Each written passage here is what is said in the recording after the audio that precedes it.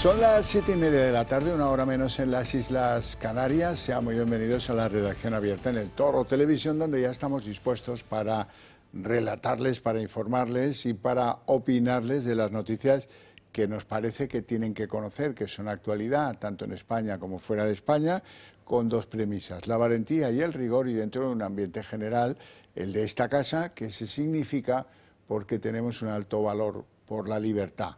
La libertad es el medio en el que, sin el cual no se puede hacer periodismo, no se pueden hacer cadenas de televisión, o de lo contrario, pues si no siguen ese planteamiento pro libertades, se convierten en la voz de su amo, que de eso hay mucho en este país, ya lo saben ustedes. Empezamos nuestro recorrido por Ucrania, porque estamos todos muy pendientes de las negociaciones, de los planes de paz, etcétera, etcétera, pero bueno, lo que ocurre es que la realidad, cada noche, cada madrugada, viene a desmentir los pequeños pasos que se puedan dar. Ayer contábamos aquí que, bueno, el fruto de las reuniones que mantiene Estados Unidos, por un lado con Rusia, por otro con Ucrania, se había llegado a un acuerdo de seguridad en el Mar Negro. Bueno, y hoy yo les tengo que contar aquí que ha habido un ataque masivo con 117 drones rusos sobre diferentes puntos de suelo ucraniano, y no precisamente en lo que también está salvaguardado por un avance en estas negociaciones, las instalaciones energéticas, sino otro tipo de instalaciones, otro tipo de asaltos a la vida civil, como por ejemplo edificios donde vive gente. La zona donde han atacado más estos drones, 76 de los cuales dice Ucrania que ha derribado sin que impactaran contra sus objetivos, han tenido lugar en la ciudad de Mykolaiv, que es precisamente uno de los puertos más activos en el Mar Negro. Alguien parece que ha querido decir: sí, hemos llegado a acuerdos sobre el Mar Negro, pero ahí va eso, para que no os terminéis de creer nada de lo que se está produciendo en materia de acuerdos sobre la paz, tanto en el frente de Ucrania y Rusia como en la seguridad del Mar Negro, que es muy importante para el tráfico, por ejemplo, de cereales, desde Ucrania a muchos otros países que son clientes tradicionales de Ucrania, entre ellos está España. Bueno, y de ahí nos vamos a Estados Unidos y a su vicepresidente, Vance, que continúa con el lío de su viaje, su visita a territorio groenlandés. Primero fue la mujer, el hijo, etcétera, y ya dieron mucho que hablar. Groenlandia anda diciendo que le da más miedo lo de Trump que incluso las ganas que tienen de separarse de Dinamarca. Vance dijo anteriormente, ayer o anteayer, no me acuerdo, pero dijo que Dinamarca no está haciendo bien las cosas en Groenlandia. Al fin y al cabo nosotros haremos lo que tengamos que hacer, el presidente Trump hará lo que tenga que hacer, y esto que los europeos piensen o digan nos da igual porque haremos lo que tengamos que hacer. Y hoy Vance ha visitado una base militar que tiene Estados Unidos en Groenlandia, una de las que tiene varias. Hola chicos, soy J.D. Vance, el vicepresidente, y mirad, hay tanta emoción por la visita de USA a Groenlandia este viernes que he decidido que no quiero que ella se lleve toda la diversión. Así que voy a ir con ella. Voy a visitar a algunos de nuestros guardianes de la Fuerza Espacial en la costa noroeste y también comprobar lo que está ocurriendo con la seguridad de Groenlandia. Bueno, ya en territorio español, hoy hay que felicitarse de una noticia, dentro de lo penoso que es todo, ¿verdad? Una noticia, y hay que felicitar a los autores de que esto que vamos a contar ahora pueda ser así. Hoy han detenido a un tipo peligrosísimo, Alal El Murabit, que sufrió condena en España por su adscripción al yihadismo radical terrorista. Le han detenido como presunto autor de, se acordarán, de 3 crímenes que hubo de 3 hombres de una cierta edad en el ámbito agrícola, que tuvieron lugar 2 de ellas en pueblos de Navarra y otra en un pueblo de Lérida. Bueno, se sabía que el que hubiera sido, se pensó que eran diferentes autores, y al final la policía, después de un trabajo de 1 año y medio, o de más de 1 año y medio, ha conseguido hilar detalles de ADN encontrados, porque los mataba y luego les robaba el coche y ha dejado algún rastro de ADN y tal, y al final han conseguido hilar los 3 asesinatos muy crueles, cometidos sobre gente pues, del mundo campesino, que iba a sus labores o que estaba en sus cercados y que, bueno, pues este tipo llegaba con un machete de grandes dimensiones y los dejaba hechos un desastre, los mataba con enorme violencia. Bueno, luego la cosa era encontrarle.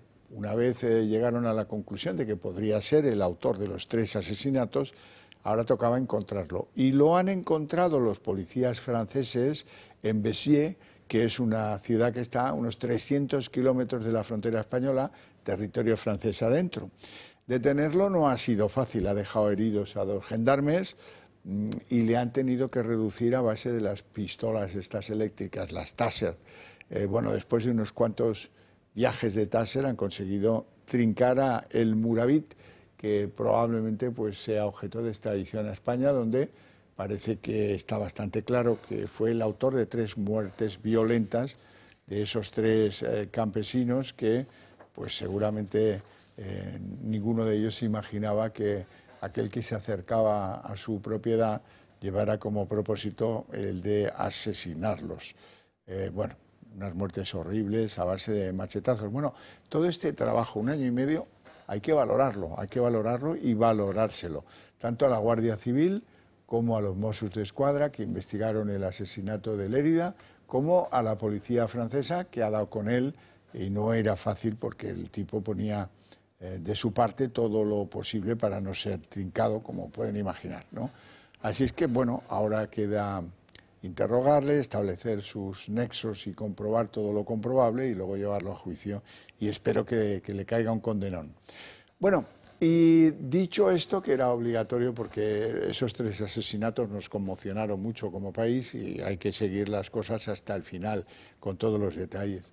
Vamos a hablar de la droga, que ya sabéis que me tiene bastante preocupado porque me parece que está cambiando mucho de la sociedad española y no me gusta ese cambio y creo y quiero convenceros a todos de que apoyéis la humilde iniciativa de este programa de querer que los partidos políticos se fijen en este asunto y le den un vuelco ampliando las penas, un vuelco persiguiendo de una manera más eficaz el blanqueo de capitales, un vuelco en los usos y costumbres de una sociedad.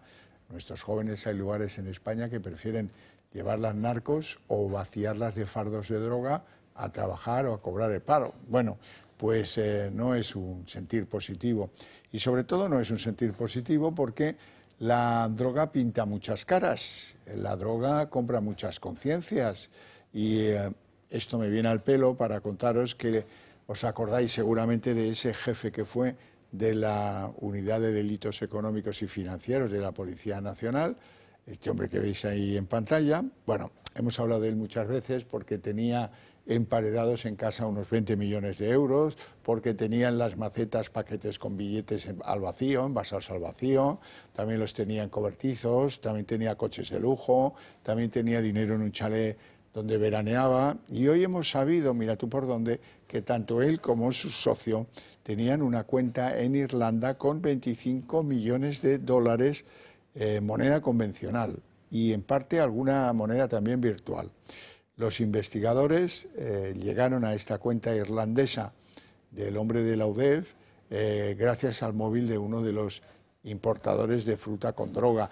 Recordaréis que este hombre cayó después de que cayera antes que él en el puerto de Algeciras una trama que traía cocaína en contenedores de fruta, concretamente de plátanos y piñas, que venían de Ecuador y que llegaban al puerto de Algeciras. Bueno, cayeron los que estaban esperando la droga y los contenedores y a raíz de esa investigación pues cayó el que era jefe de la Unidad de Delitos Monetarios de la Policía Nacional. Casa en Madrid, casa como veis pues con que no le faltaba de nada, la piscina, los vinos bien colocaditos, seguro que no son de Mercadona, ¿verdad? Y bueno, todo tipo de, en fin, de exhibición impúdica de ganarse la vida engañando al cuerpo al que pertenecía.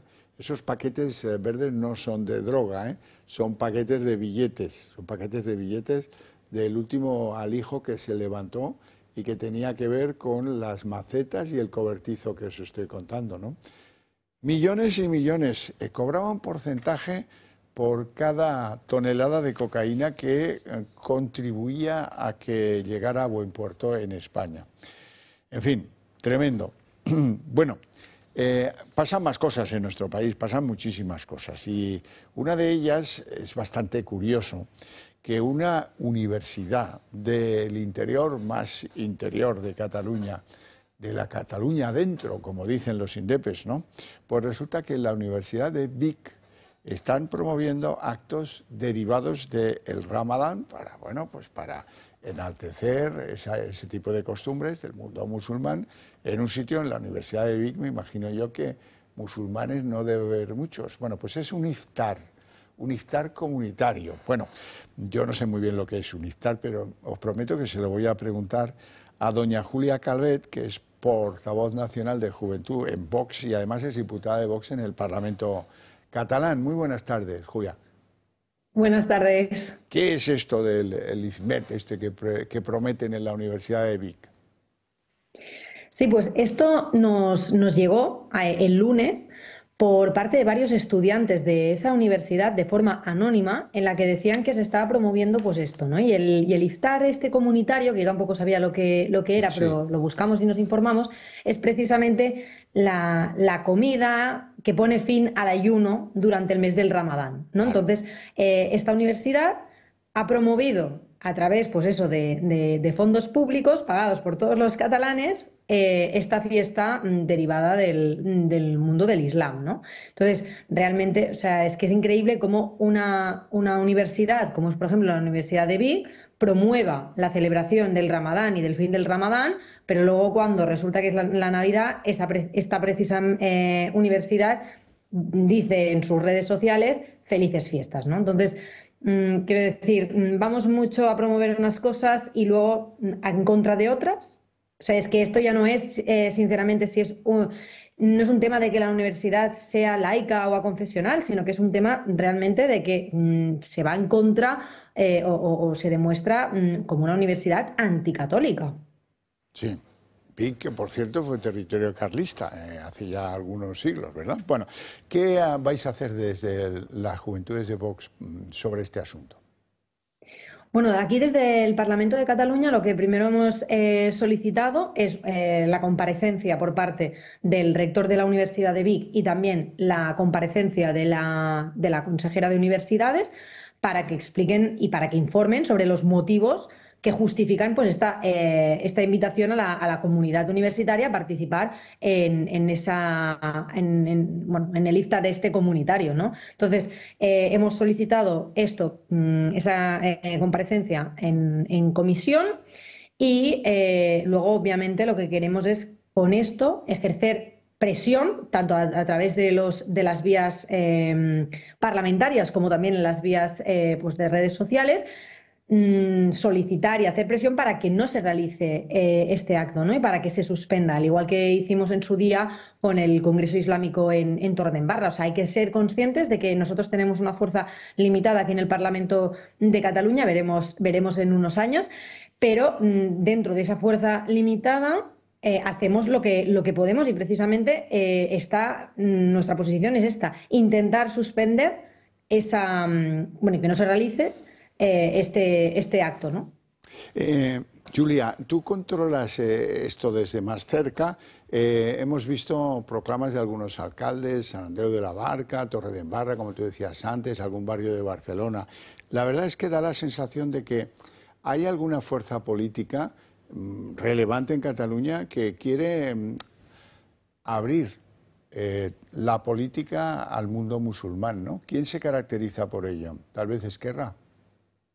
Sí, bueno, está Esquerra, que precisamente pues tenemos a su alcalde en Salt, que ya sabemos, bueno, ha sido noticia durante las últimas semanas, los últimos días, pero es que todas las fuerzas, digamos, de izquierda prácticamente lo que pretenden es promover y normalizar el islamismo y sus prácticas y además pues eso, renegar de nuestras raíces católicas y realmente lo que busca es ir en contra de defender los valores que nos han formado y constituido como sociedad, ¿no? Y realmente es tremendo ver cómo la política actual está más centrada en promover una ideología, porque sí, es a nivel político y religioso, que realmente es peligroso, es peligrosa, y es peligrosa sobre todo para el caso de las mujeres, ¿no? En mi caso yo es que lo digo, o sea, estamos promoviendo una religión, una conducta, una ideología política que denigra a la mujer.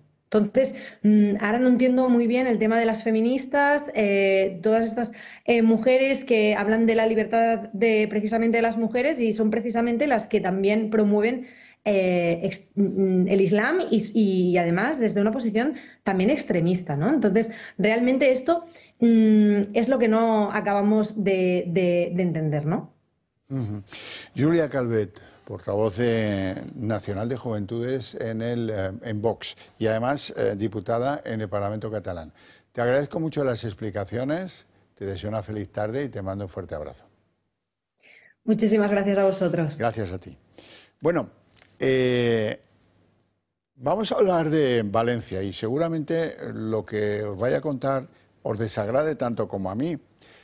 Hay un informe de la Fiscalía del asunto de la Dana, que lleva el asunto de la Dana y que ya sabéis que depende de un juzgado en Catarroja, donde hay una señora juez que ha sido muy dura con el gobierno de la Generalitat y que, bueno, pues parece que tiene menos interés en ser dura con otros posibles implicados por acción o por omisión en la magnitud de la tragedia. Parece que los 227 muertos que van a acabar siendo el balance en vidas humanas de la catástrofe de la Dana, pues según en el juzgado, según si esto depende de la Generalitat, son muy rigurosos.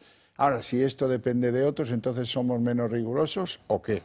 Dice la Fiscalía que está totalmente de acuerdo con la apreciación de la juez para excluir los daños materiales de la causa judicial abierta sobre la Dana que tuvo lugar, como saben, el 29 de octubre. Y lo que es más fuerte, la Fiscalía dice que, oiga, sobre esto del barranco del Pollo, aunque es verdad que pudo agravar el desastre, ellos creen que no se puede concluir que los daños fueran causados por la presunta omisión administrativa.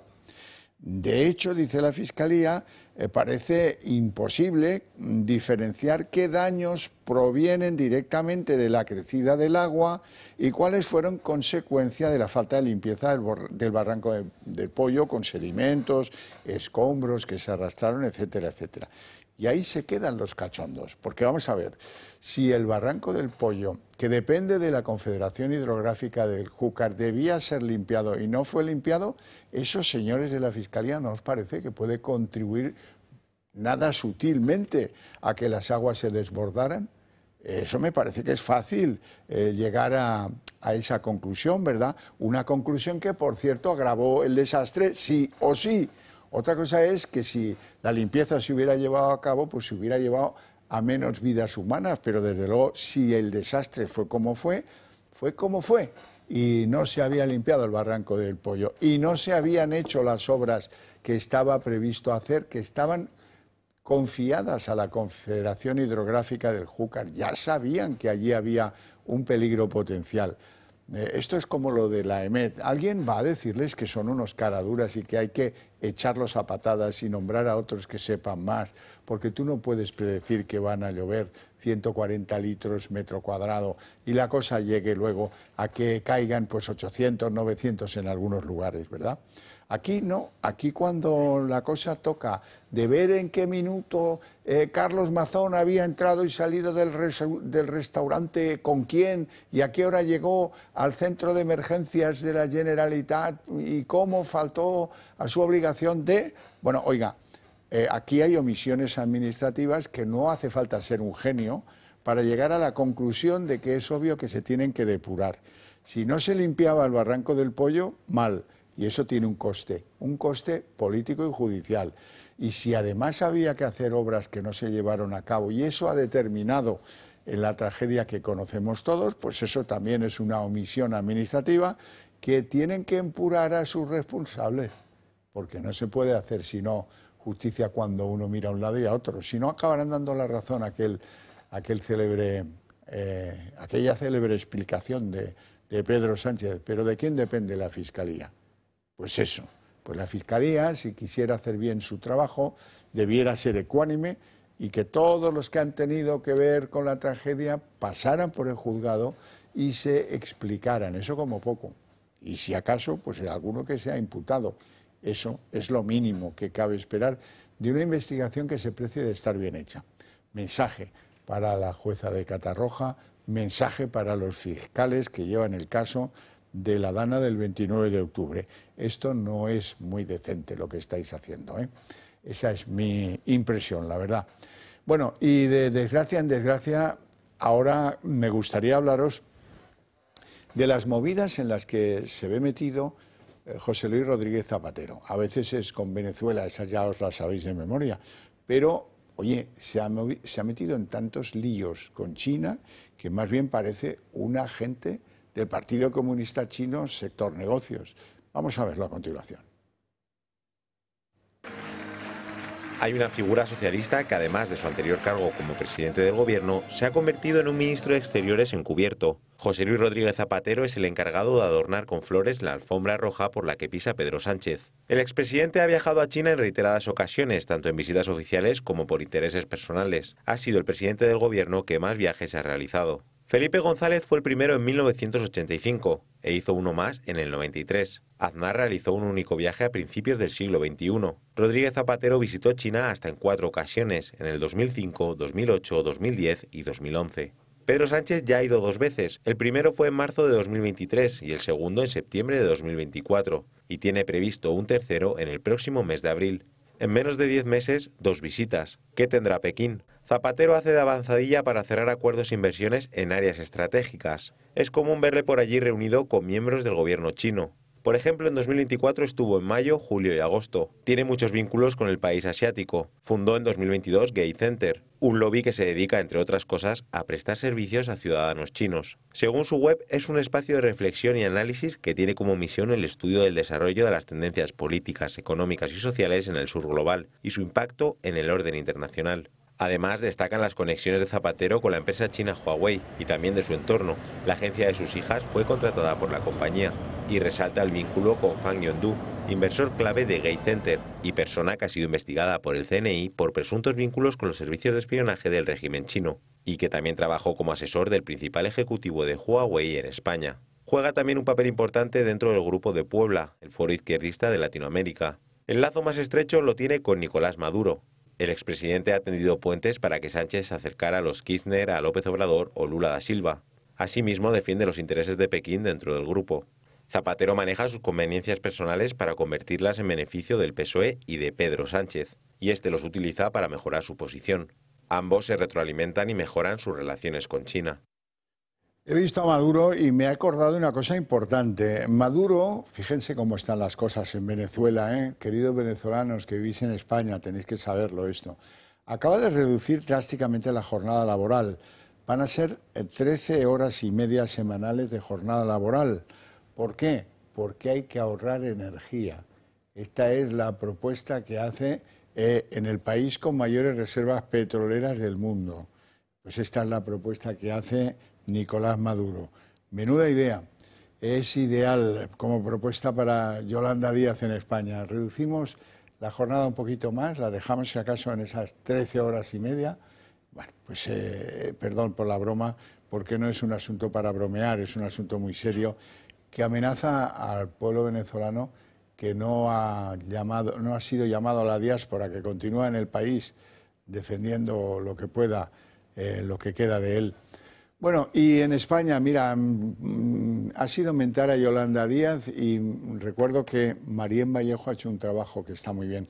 A propósito de la bronca que mantienen el Ministerio de Hacienda y el Ministerio de Trabajo sobre si merece la pena liberar de un aumento de fiscalidad a los que han visto incrementado el salario mínimo interprofesional. Una nadería, pero que cuesta mucho que María Jesús Montero suelte desde el puño apretado, que suelte y permita que esta pobre gente que ya cobra el salario mínimo, pues por lo menos no tenga un impacto grave de aumento de impuestos por ese pequeño aumento del salario. Sigue la negociación entre Hacienda y Trabajo para eximir del IRPF a quienes cobren el salario mínimo interprofesional. Así lo ha confirmado Yolanda Díaz esta mañana en los pasillos del Congreso. Estamos trabajando y esperamos que lo que hemos defendido siempre, que es que los trabajadores y las trabajadoras que perciban las rentas del salario mínimo no tributen en nuestro país. Recordemos que este problema se generó después de que el Consejo de Ministros pactara subir el SMI a más de 16.000 euros brutos al año sin acompasar el mínimo exento del IRPF al mismo umbral. Es decir, que con la nueva subida los que cobren el SMI tendrán que tributar este impuesto. Estos meses este debate ha continuado, pero ahora la vicepresidenta primera y ministra de Hacienda, María Jesús Montero, ha ofrecido a Yolanda Díaz aprobar una medida de alivio. Encima de la mesa está ahora una compensación a los trabajadores que cobren el SMI, aunque sí que seguirían teniendo que tributar. Aún no sabemos la cuantía exacta de esa compensación, pero según los cálculos de Hacienda, solo el 20% de los perceptores del salario mínimo pagarán la retención de este impuesto. El perfil de estos trabajadores perjudicados son personas jóvenes, solteros y sin hijos, por lo que solo será para ellos esta compensación. Mientras tanto, Hacienda y Trabajo continúan negociando, pero ambas ministras aseguran que las conversaciones por ahora son positivas. Ya lo veremos. Bueno, y a continuación me vais a permitir que apele al sentido común en el asunto de lo que nos interesa a ustedes y a nosotros, que es el avance de nuestras ideas, de esas ideas que compartimos sobre la sociedad española. Eso se puede hacer como venían ustedes haciéndolo, sin contar con nosotros, o se puede hacer contando con nosotros, porque si lo piensan, es bastante evidente que si ustedes nos apoyan a nosotros sabiendo que compartimos buena parte de esas ideas van a avanzar sobre el conjunto de los españoles a mayor velocidad.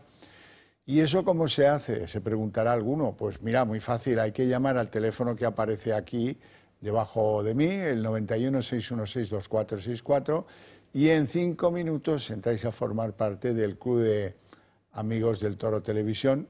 Nos apoyáis y con ese impulso seguro que conseguimos que vayan las ideas, que las ideas calen en la población a mayor velocidad. Controlar los niveles de azúcar es fundamental para tener una buena salud.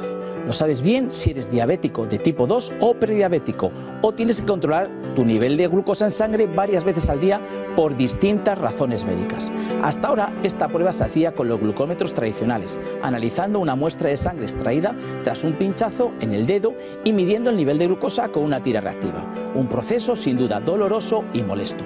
Afortunadamente ya es posible conocer estos niveles de una manera más cómoda e indolora, gracias al innovador glucómetro sin pinchazo de Protege tu Vida, sin aguja, sin necesidad de realizar las molestas extracciones de sangre. Este nuevo sistema no invasivo obtiene un resultado igual de fiable con la ayuda de los rayos infrarrojos, metiendo simplemente un dedo en la pinza similar a la que mide el oxígeno en sangre, con resultados en pocos segundos. No lo dudes, llama al 973 0101 y mide tu glucosa en sangre sin pinchazos ni dolor.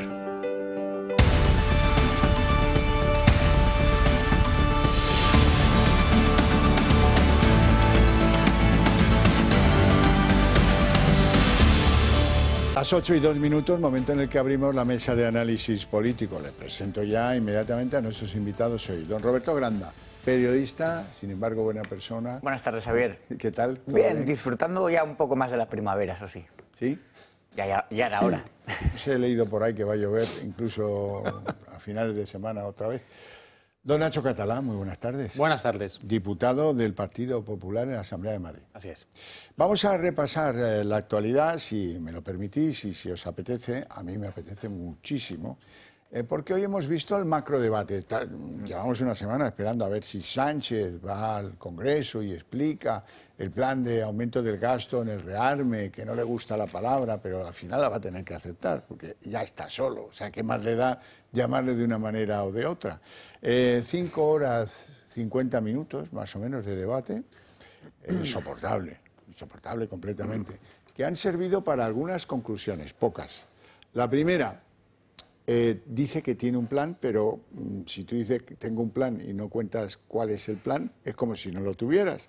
Si no concretas nada de cómo vas a gastar, cuánto vas a gastar, de dónde vas a sacar para gastar y, desde luego, en qué se va a gastar, que es lo que esperan, sobre todo sus socios de coalición. Eran como lobos ahí, los de Sumar, los de Podemos, los de Esquerra, como lobos, como arpías.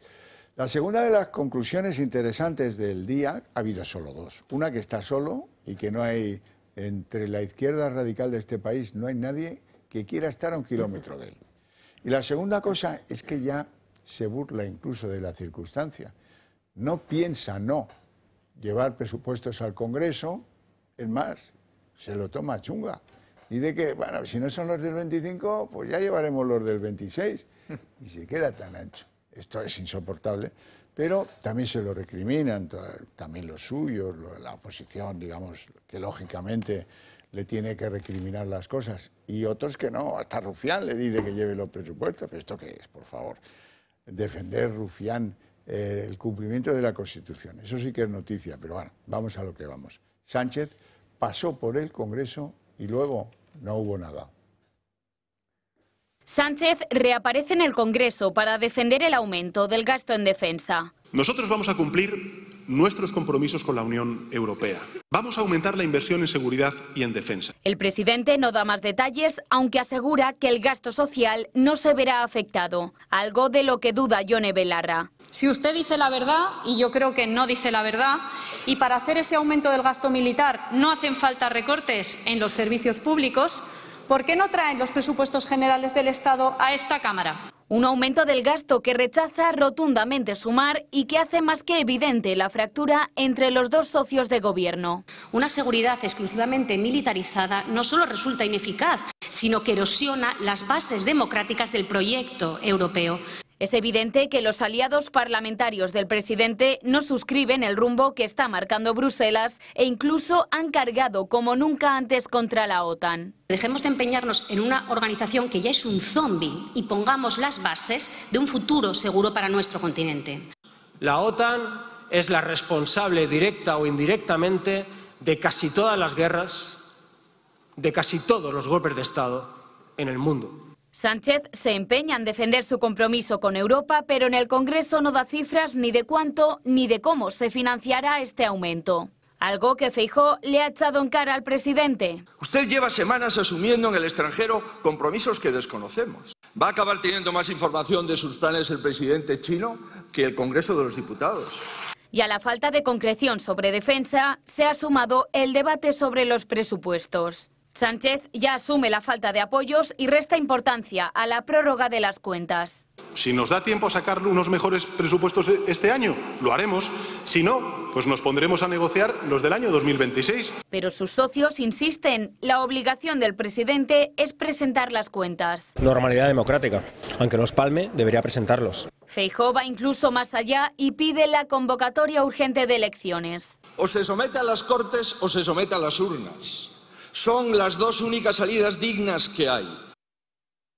Lo ocupado que estoy yo aguantando a Begoña, a mi hermano, al fiscal general del Estado, a Ábalos, al primo de Ábalos, a Jessica, todo esto. Si nos da tiempo, pues lo presentaremos. Y si no, pues los del año que viene. Pero es curioso el sentido patrimonial del poder que tiene, ¿no? Sí. Y además es como, si este año no se presentan...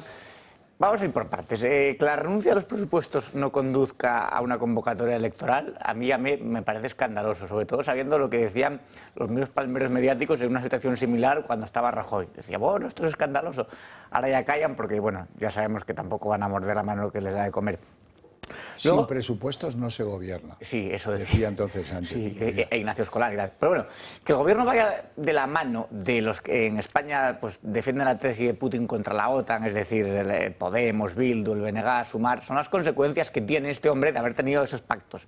Pero esto de fuera de la OTAN me recuerda un poco a Izquierda Unida años 90, es un poco antiamericanismo trasnochado, lo veo un poco yo, ¿no?, de Julián Guita y aquella época. Pero bueno, se me ocurren muchas cosas a las que se puede recortar que no sea gasto público para aumentar el gasto en defensa. Por ejemplo, en Radio Televisión Española, que se va a aprobar un nuevo canal íntegramente en catalán porque lo exige Puigdemont.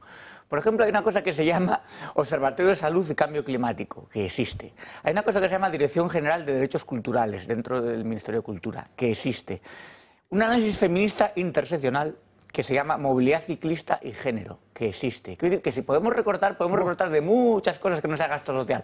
Por ejemplo, de ministerios, que hay el doble de cuando estaba Mariano Rajoy, por ejemplo. O los 11,7 millones del contrato de traducción al catalán, gallego, euskera en el Congreso de los Diputados, por ejemplo.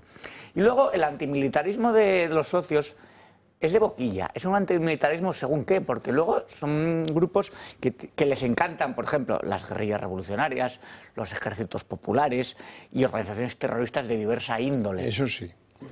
Entonces, Nacho. Ya lo ha dicho el presidente, con presupuestos o sin presupuestos. Y lo dice con esa chulería y con esa altanería, porque sabe que toda la extrema izquierda de este país, a pesar de que hoy le hayan puesto a escurrir en el Congreso, a la hora de verla le va a seguir teniendo en el sillón de la Moncloa y en el Falcon presidencial.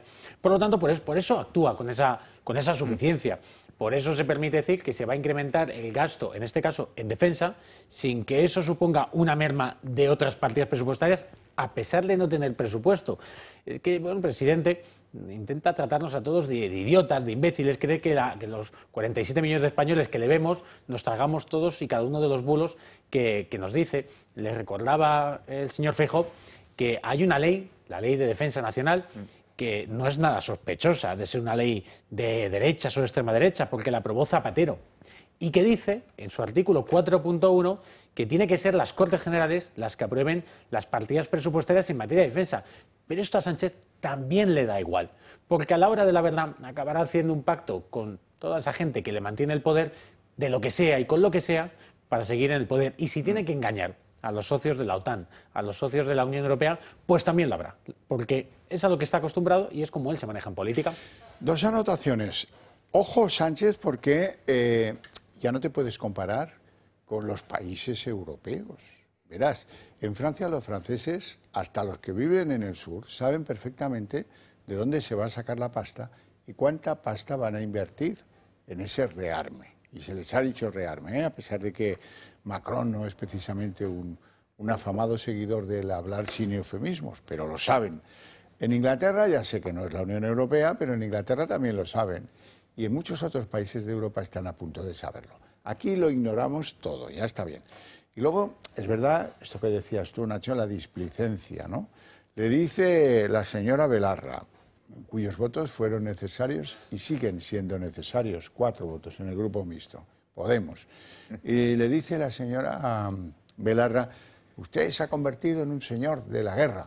Uy, esto le ha sentado a cuerno quemado porque se ha revuelto y le ha dicho, oiga, yo aumenté el gasto en defensa 10.000 millones desde que gobierno este país y usted era ministra de mi gobierno y nunca me llamaba señor de la guerra. Que está bien, porque, en fin, que se recuezan en lo suyo también a veces es agradable, ¿no? Es verdad que, oye, pues a Belarra no ponía obstáculos para invertir en defensa antes. Bueno, claro, porque es que ahí ellas estaban en el ministerio, en esos ministerios en su rollo. De broma, pero que a pesar de broma generaron bastantes entuertos y bastantes gastos a la administración española. Y ahora, bueno, pues como Podemos está en resurgir, pues tiene que hacer la ficción de que está en contra de Sánchez, pero lo que le decía yo a usted antes, a la hora de verdad, le volverían a votar y le seguirán manteniendo, porque el problema de todo esto, y es por lo que Sánchez actúa con esa chulería de tío de barrio navajero, es porque sabe que a la hora de verdad les tiene a todos cogidos. ¿Dónde van a ir sin él? Y que dónde van a ir sin él.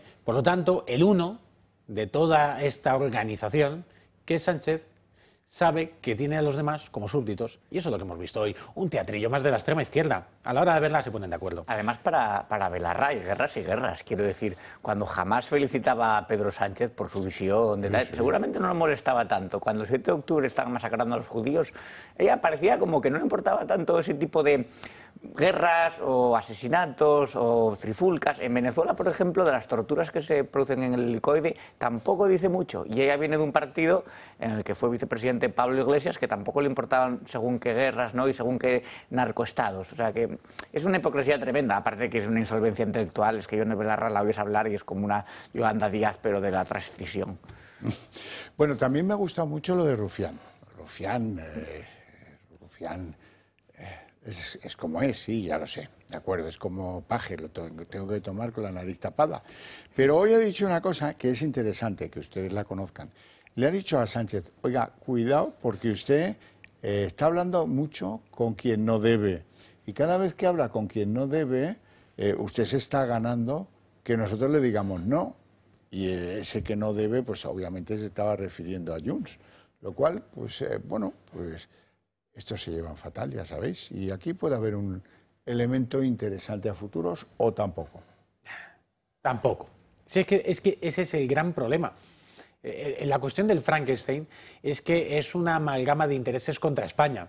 Por eso hay derecha católica vasca, por eso hay derecha económica catalana, por eso hay ultraizquierda catalana, por eso hay ultraizquierda terrorista vasca. En fin, uno se encuentra y dice, ¿cómo puede ser esta amalgama? Bueno, porque todos esos partidos tienen como único objetivo que le vaya mal a España.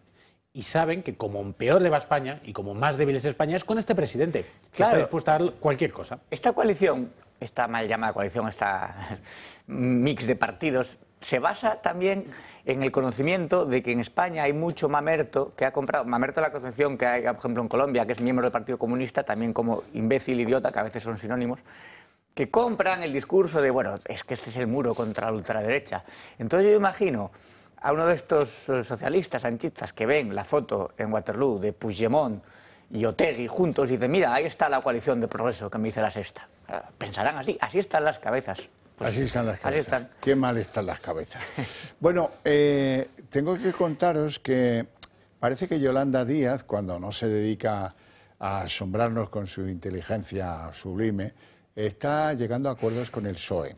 Esos acuerdos tienen que ver con que Sumar solo se presente en algunas provincias y no estorbe la agrupación de voto que conviene al PSOE en otras.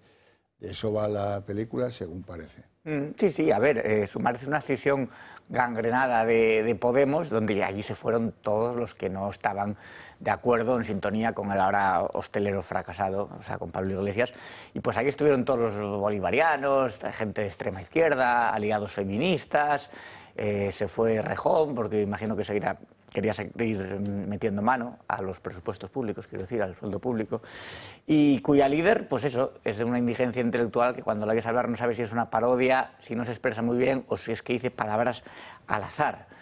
Pero, además, es mala. Quiero decir, porque se puede ser tonto y malo, que eso ya es una desgracia doble, porque yo me acuerdo haciendo carantoñas en el pasillo del Congreso con Merche Aizpurúa. O sea, es un poco como que le gusta reunirse con todo ese aglomerado de Bildu, Junts, bueno, fue a reunirse con Junts, pues claro, cuando tú le das más validez a la exdirectora del Gara que a PP, Vox, etcétera, eso que llaman ellos la fachosfera, pues estás en un lugar muy peligroso, sobre todo cuando eres vicepresidenta del gobierno. Bueno, vamos a lo que ha dicho la fachosfera en ese debate más estéril que ninguno hoy en el Congreso de los Diputados. Empezamos con la síntesis de lo que le ha querido decir Feijóo. ¿Cuánto dinero tiene previsto invertir en defensa? No me diga que esto es una especulación. ¿Por qué no le cuenta usted lo que habla en el Consejo Europeo al Congreso de los Diputados? ¿Va a ser el 3? ¿O la OTAN le puede pedir el 3,5 del PIB? ¿Cuál es el plazo? ¿Cuánto va a gastar cada año? ¿De dónde va a salir este dinero? ¿Por qué no dice usted que en abril tiene que solicitar la cláusula de escape? En abril. ¿De qué instrumento va a usar? ¿El democrático, los presupuestos? ¿El más tramposo, los reales decretos leyes? ¿O el más arbitrario, las modificaciones de crédito? ¿Cuál va a ser el papel de España en la coalición de voluntarios? Y la pregunta del millón, ¿podría compartir con nosotros lo que opina la pseudomayoría progresista que sostiene su gobierno?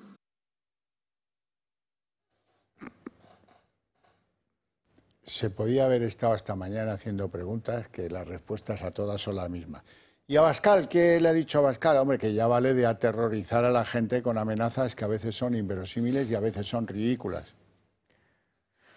Claro que hay que aumentar el gasto en defensa. ¿Cómo vamos a negarlo si llevamos diciéndolo mucho antes que ustedes? Pero en nuestra defensa, en los ejércitos de España, para que protejan nuestra frontera y nuestros intereses. Por ejemplo, para que protejan Ceuta y Melilla, donde hay amenazas ciertas, conocidas, permanentes, y no las amenazas inverosímiles, ridículas, que se ha dedicado aquí a relatar el señor Sánchez para aterrorizar a la población, que es a lo que se dedica desde esta tribuna, como ya hizo también durante la pandemia. Nacho. Pues efectivamente, la oposición, incluso los que no son de la oposición, sino los propios partidos de la mayoría Frankenstein, podrían haber pasado horas preguntándole a Sánchez qué se va a gastar, cuánto se va a gastar, en qué se va a gastar y de dónde lo va a gastar. El problema es que la ministra de Hacienda es María Jesús Montero, que es de esa línea ideológica de Carmen Calvo, que cree que el dinero público no es de nadie. Oiga, y es que el dinero público es el que pagan los autónomos con su empresa, los que tienen una tienda y tienen que levantar la persiana cada día, una casa como esta que tiene que pagar sueldos y cotizaciones sociales. Eso es el dinero público. Y por lo tanto el dinero público es el que mejor gastado tiene que estar fiscalizado, tiene que estar objetivizado y uno tiene que saber qué y en qué se lo gasta. Pero ¿qué más da? Si es que ¿qué más da? Ese es el resumen del día de hoy. Sánchez al final va a hacer lo que quiera, porque toda esa gente que quiere el mal de España se lo va a acabar convalidando. Y por cierto, si me permiten una pequeña digresión sobre la pieza anterior de lo de Sumar, si Sánchez es así de chulo en público, ¿cómo será en privado? Es que yo lo que supongo es que lo que ha pasado con Yolanda Díaz y con Sumar es que les ha dicho: vosotros os vais a presentar aquí, porque yo lo digo, y porque eso maximaliza el voto. Porque si no, corremos el riesgo de acabar perdiendo el gobierno. Y con lo inútiles que sois, ¿qué vais a hacer sin mí, que soy el que os tiene colocados a todos? Y esa es la razón por la cual Sumar solo se presentará donde Sánchez le diga. Pues hasta donde yo alcanzo, la privacidad no se la puedo contar, pero la privacidad en las oficinas de Moncloa, si le vale con eso, patadas a las papeleras, bronca, tú eres tonto, tú no sé qué, parece mentira, eres un inútil, para eso te puse, fuera de aquí. Ese es el orden de las cosas. Con los trabajadores, con Begoña no te puedo plantear si la cosa es igual, peor o mejor. Tienen problemas con eso que llaman en la neolengua el espacio a la izquierda del PSOE, que me resulta muy gracioso el término porque en la guerra del lenguaje también es un campo de batalla. Ultraderecha es todo. O sea, para los medios de izquierda, ultraderecha era Ciudadanos, era UPyD, es el PP, es Vox, es todo ultraderecha. Pero, sin embargo, la ultraizquierda no existe en España. En España no hay extrema izquierda. Hay una cosa que se llama el espacio a la izquierda del PSOE, que es una cosa así ambigua. Concuerdo con Abascal en que hay que aumentar el gasto en defensa, pero para la defensa de España. Quiero decir, no creo que Putin tenga interés en invadir más, en pasar los Pirineos con los tanques. Como mucho quiere influir en mejor las elecciones catalanas, en la independencia de Cataluña, etc. Pero lo de pasar los tanques... Eso se le da mejor. Claro, lo de pasar para los Pirineos e invadir España como si fuera Napoleón, lo dudo. Pero sí pienso que es más probable que haya una invasión o una reclamación de Ceuta, Melilla o Canarias incluso en un futuro. Y por eso es bueno aumentar el gasto en defensa. Ya digo, si queremos quitar de otros sitios, hay sitios para quitar a mansalva, sin recortar el gasto social. Sí, en eso estoy con usted. Bueno, por concluir esto del debate más estéril de la democracia española, que ha sido el de hoy. Le dice Feijóo a Sánchez: puede que el PP te acabe apoyando esto del aumento de los gastos de defensa, ya veremos, pero en cualquier caso ese apoyo no te va a salir gratis. Eso queda ahí dibujado, luego ya veremos. Abascal dice, sí, el aumento del dinero para el ejército español, de acuerdo. Ahora, ejército europeo al mando de la von der Leyen, eso ni de coña, pero ni de coña. O sea que es eso, otra línea roja, lo digo porque en fin, no solo van a dibujar líneas rojas los de Podemos y los de Sumar, estaría bueno, ¿no? Con lo que les gusta el rojo a ellos, ¿verdad? Bueno, hemos hablado de Begoña, ¿no? Hay novedades en el caso Begoña Gómez, algunas puede que les parezcan pequeñas, pero ya veremos, ya veremos. Aquí cuando empezamos, recuerdo que la mayor parte de los tertulianos que se asomaban a la pantalla decían: no, esto no acabará en nada, porque ya verás cómo lo cubren, cómo lo tapan, cómo no sé qué, cómo no sé cuántos. Y ahora, pues esos mismos, cuando vienen por aquí, dicen, bueno, pues ya queda poco para que la sienten en el banquillo. Y luego la justicia dirá, yo ahí no me meto. Pero que había, sí. Que hay más, probablemente también. Entérense de qué. La UCO pide al juez que investiga por corrupción a Begoña Gómez todos los interrogatorios del caso. Considera fundamentales las explicaciones de los implicados para realizar los informes sobre el rescate de Air Europa y los vínculos de la mujer del presidente con la Complutense. Hace casi un año que arrancó este caso y ya son varios los imputados y testigos que se han sentado ante el juez. El magistrado ha autorizado la entrega de estas declaraciones, aunque la Guardia Civil ya tiene en su poder varias de ellas. Una es la de Leticia Laufer, quien estuvo presente junto a Víctor de Aldama, Javier Hidalgo y Begoña Gómez en un hotel de San Petersburgo en 2019. De aquel viaje surgió la idea de que Globalia financiara las actividades de la mujer del presidente y un año después el gobierno destinó 475 millones para rescatar Air Europa. A todo ello se suman nuevos avances en la investigación. La Cámara de Cuentas fiscalizará todos los contratos de la cátedra de Begoña Gómez desde su creación en 2020. Se trata de una iniciativa de Vox apoyada por el PP. Su origen son las sospechas de presuntas irregularidades en algunas contrataciones que finalmente acabaron en adjudicaciones supuestamente fraudulentas a empresarios relacionados con Gómez. A la mujer del presidente también le rodea otra polémica, la de Muface. Según Objective, el realquiler del ático que la familia de Begoña hacía a terceros podría ser la primera de las irregularidades que ha descubierto Muface en la investigación interna que tiene abierta sobre la vivienda. Todos tenéis experiencia, casi todos tenéis experiencia, los que no mejor para vosotros, en firmar contratos de alquiler. Cuando firmas un contrato de alquiler, el estándar dice no podrás realquilarlo a nadie, so pena de... Claro, pero obviamente, y si encima lo realquilas a precio mejor que el que te están cobrando a ti, entonces eres un fresco, así de claro. También hay de esos, ¿eh? Bueno, esto no tiene final, ¿eh? Lo de Begoña van saliendo episodios y episodios y episodios. Y es una madeja complicada porque desde la propia Moncloa y todos los elementos y aparatos del Partido Socialista se han encargado de enmarañarla, de cubrirla de sombras, pero por ejemplo en la comisión de investigación que tenemos todavía abierta en la Asamblea de Madrid hemos ido tirando del hilo y a propósito de los contratos nosotros hicimos un interrogatorio a la interventora de la Universidad Complutense, que es una funcionaria que lleva 25 años de ejercicio profesional, y cuando le preguntamos sobre los contratos de la cátedra, a los que ella se opuso, aunque luego fueron autorizados por instancias superiores, nos dijo que jamás en toda su carrera profesional había visto semejante precisión del procedimiento, de irregularidades en toda su carrera, que nunca había visto nada igual. Y esto es también lo que ahora se va a investigar en los juzgados. Y luego, a propósito de lo que decía usted sobre si Begoña acabará o no teniendo que declarar en una vista oral y si acabará en prisión o no, bueno, hay algo que sí que ha quedado acreditado. Y es que con dinero público se pagó un software que hicieron algunas de las principales empresas de este país, Telefónica, Google, Indra, y que ese software no llegó a la Complutense, sino que alguien se lo quedó para sí. Y ese alguien, yo creo que los juzgados más pronto que tarden nos dirán quién es. Sí, y eso es, como le dicen en el fútbol, penalti y expulsión, ¿eh? Malversación y apropiación indebida y lo que ustedes quieran añadir. Por cierto, ahora le dejo, pero dígame una cosa, si usted fuera el juez Peinado, estaría cabreado, ¿no? Un poco cabreado sí vendría, ¿no? Sobre todo porque es un juez que ha sufrido muchas presiones. Han hecho muchas cosas. Y la han intentado... Entonces, si yo fuera, mirase y rebuscara, que le ha pedido la UCO, las declaraciones de todo lo que tenga que ver con Globalia y Air Europa, y yo viera que la señora del presidente del gobierno coincide con Javier Hidalgo en un hotel en San Petersburgo, y se lo pasan la mar de bien allí, las fotos lo ven, ¿no? Parece una fiesta. Y luego... hubiera alguien que hubiera declarado, que lo hay, que Air Europa Globalia le regalaba gozosa una serie de viajes a donde ella quisiera con su séquito, porque por ser vos quien sois, y que además se habían hecho ahí gestiones y que iba muy frecuentemente Hidalgo a Moncloa y la señora del presidente iba también a Globalia.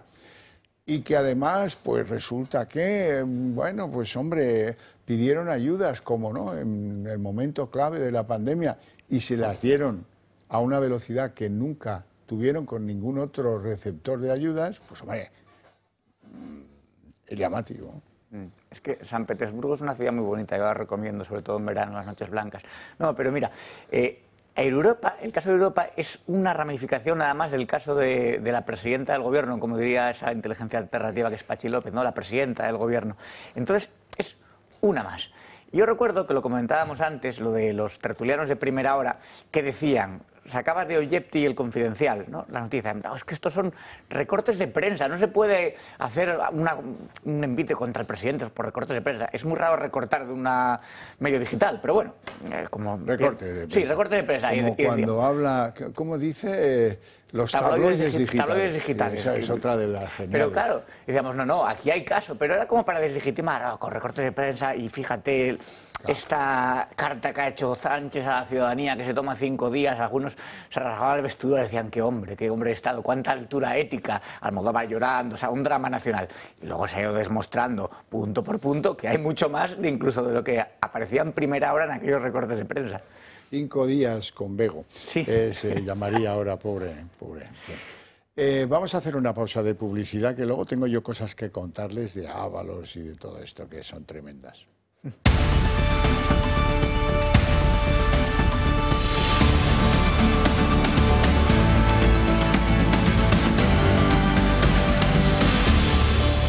Pues ahora nos toca hablar de Ábalos, porque resulta que van investigando y han averiguado el momento de la compra del famoso chalet de la Alcaidesa, que es una preciosidad, ¿eh?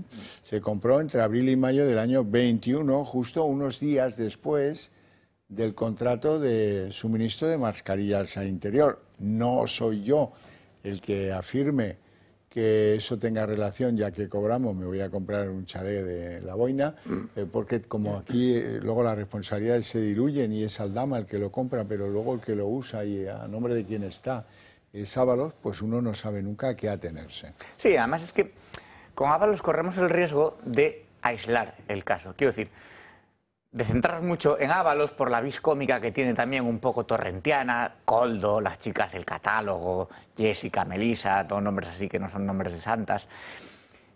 Y no hay que olvidarse que fue el número 2 del partido y que es imposible o muy difícil que haya actuado al margen del número 1. Es decir, toda esta trama de corrupción de las mascarillas, que me parece gravísimo porque es durante la pandemia, corruptelas, con la gente encerrada, la gente muriendo y ellos lucrándose. Ábalos no es la mente privilegiada que está detrás de este caso. Quiero decir, igual que Ábalos no podía actuar en todo esto por sí mismo, esas compras de chalés, ¿quién se la avala? ¿Quién se la aprueba?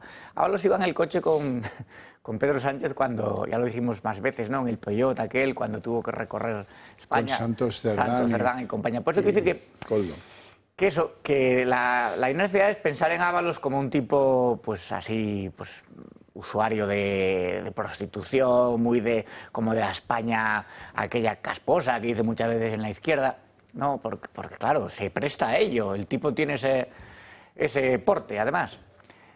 Pero es que Ábalos no era un concejal, o sea, no era por así decirlo, un Tito Berni, que no tenía tanto peso en el partido, no, un número 2, el que estuvo en la moción de censura contra Rajoy, el que hablaba en contra de la corrupción, el que hablaba en contra de la prostitución, el que hablaba a favor del feminismo, y la mano derecha de Pedro Sánchez.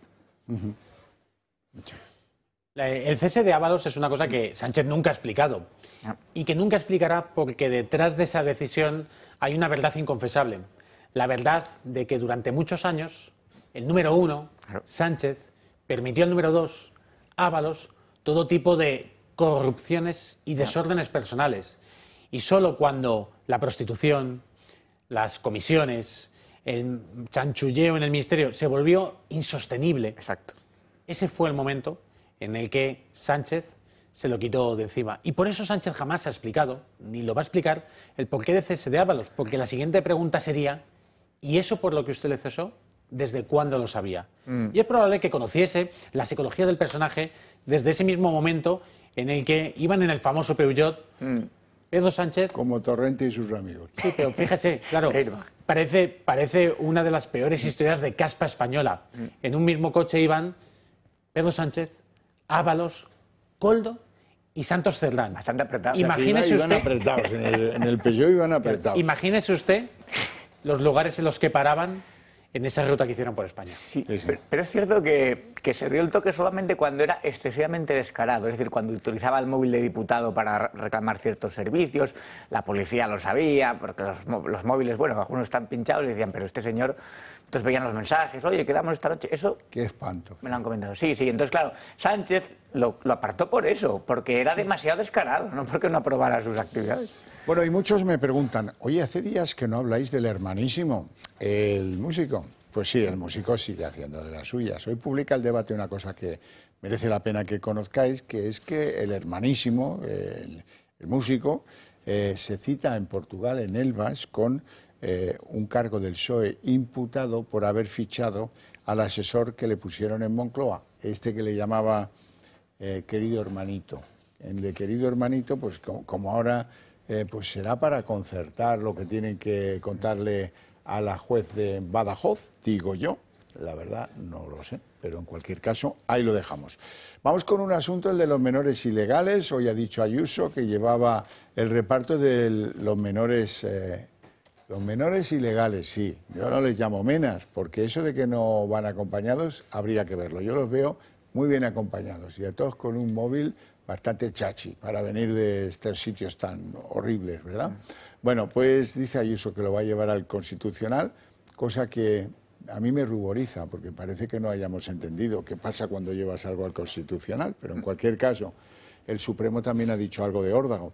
Ha dicho que tienen que acabar con estos menores ilegales que han pedido asilo y le da 10 días a la Administración del Estado para darles solución. 10 días es el tiempo que el Supremo ha dado al Gobierno para hacerse cargo de 1000 menas más que están en Canarias. Esta medida cautelar la solicitó el Gobierno canario. En ella, la Sala de lo Contencioso Administrativo lo deja claro. De hecho, se especifica que el plazo acordado es improrrogable. Se señala además que en ese tiempo se le informe de las medidas que se adopten. Y después, el Supremo decidirá si celebrar una vista pública para examinar su cumplimiento. Los más de 1000 menas se encuentran tutelados por los servicios de acogida de Canarias.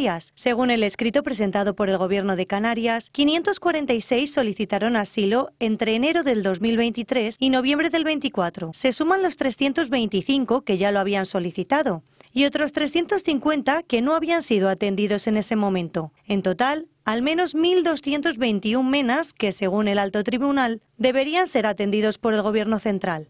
Tras el pacto firmado entre Pedro Sánchez y Junts, en el que se acordó que la Comunidad de Madrid recibirá 800 menores migrantes de Canarias y Cataluña se hará cargo de 20 o 30, Isabel Díaz Ayuso ha anunciado que recurrirá ante el Tribunal Institucional el decreto que modifica la Ley de Extranjería y el reparto de menores. La presidenta de la comunidad insiste en que su gobierno cumple la ley y no cooperará con el que llama caos migratorio del gobierno.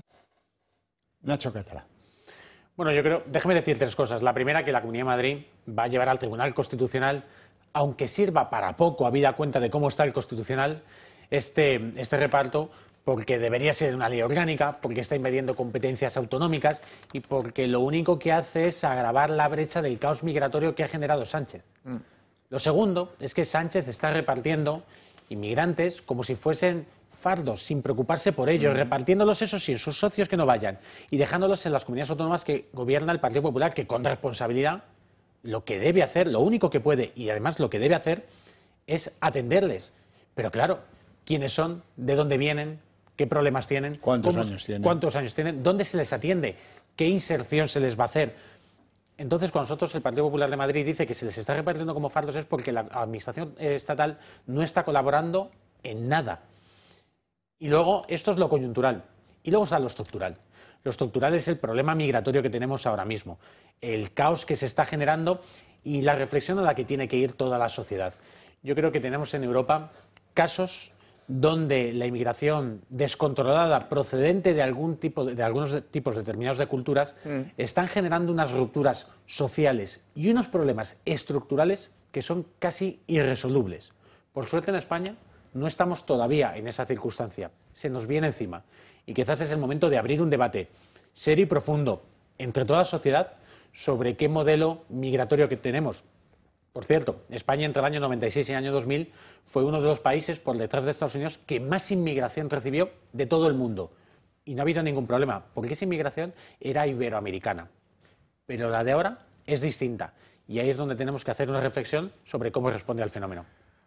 Bueno, en primer lugar, varias cosas. Hay caos migratorio porque hay negocio. Si no hubiera negocio, seguramente el volumen sería menor, pero ya están llegando desde cada vez más lejos. Hay negocio y no solo en el llegar a España, sino en mantener a los menas aquí. En mantener, claro, mantener. En el Mediterráneo, por ejemplo, están llegando desde Argelia también, desde Marruecos. En segundo lugar, lo de menores, pues hay que poner muy entre comillas, porque algunos tienen una edad, parece ya, de jugar en la selección absoluta, pero de veteranos. Entonces, luego, hay demasiada demagogia en esto. Yo escuché, bueno, leí, por desgracia, por ejemplo, a Adrián Barbón, el presidente del Principado de Asturias, decir, pues gente que huye de la guerra y tal. Yo le preguntaría al señor Barbón qué guerra hay en Marruecos. Lo primero.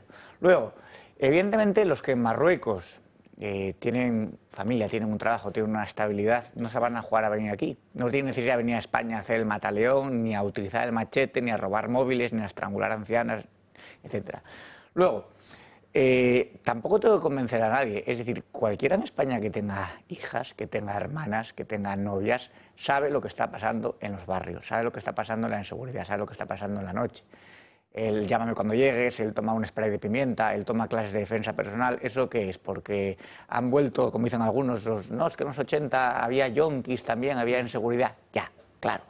Pero era distinto. Y luego, como dice Teresa Rodríguez, que son nuestros niños, no, serán los niños de Teresa Rodríguez, pero es que lo que aquí está ocurriendo es que cada vez hay más miedo y además las estadísticas, vean el aumento de la delincuencia y de agresiones sexuales, incluso grupales, por ejemplo en Cataluña.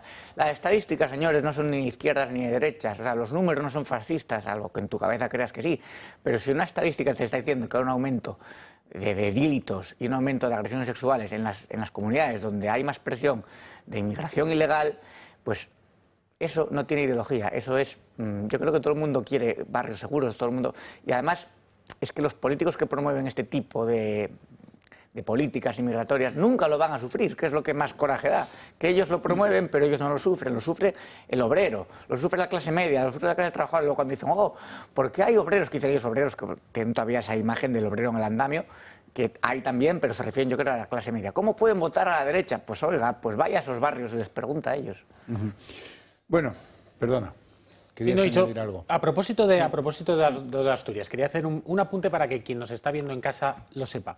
A día de hoy, en España, hay más gente que ha nacido en Marruecos que en Asturias. Es decir, hay más marroquíes que asturianos en España. Quizás debe llevarnos una reflexión. Porque asturianos somos 1 millón escaso y bajando, y marroquíes hay más de 1 millón. Entonces el dato es cierto. Qué disgusto le acabas de dar a No, bueno, es algo asumido ya. Si a eso le añades que tienen el mayor índice de infidelidad de España, ya lo has dejado liquidado. Sí, eso le pasa, ¿sabes por qué? Por citar a Adrián Barbón. Claro. Que un día quedamos en que no le íbamos a citar. Es inevitable, Javier, no lo puedo evitar. Era una broma, claro está. Les quiero hablar de Puigdemont. Hoy le han dado un repasito en el Constitucional. Por eso estoy yo contento.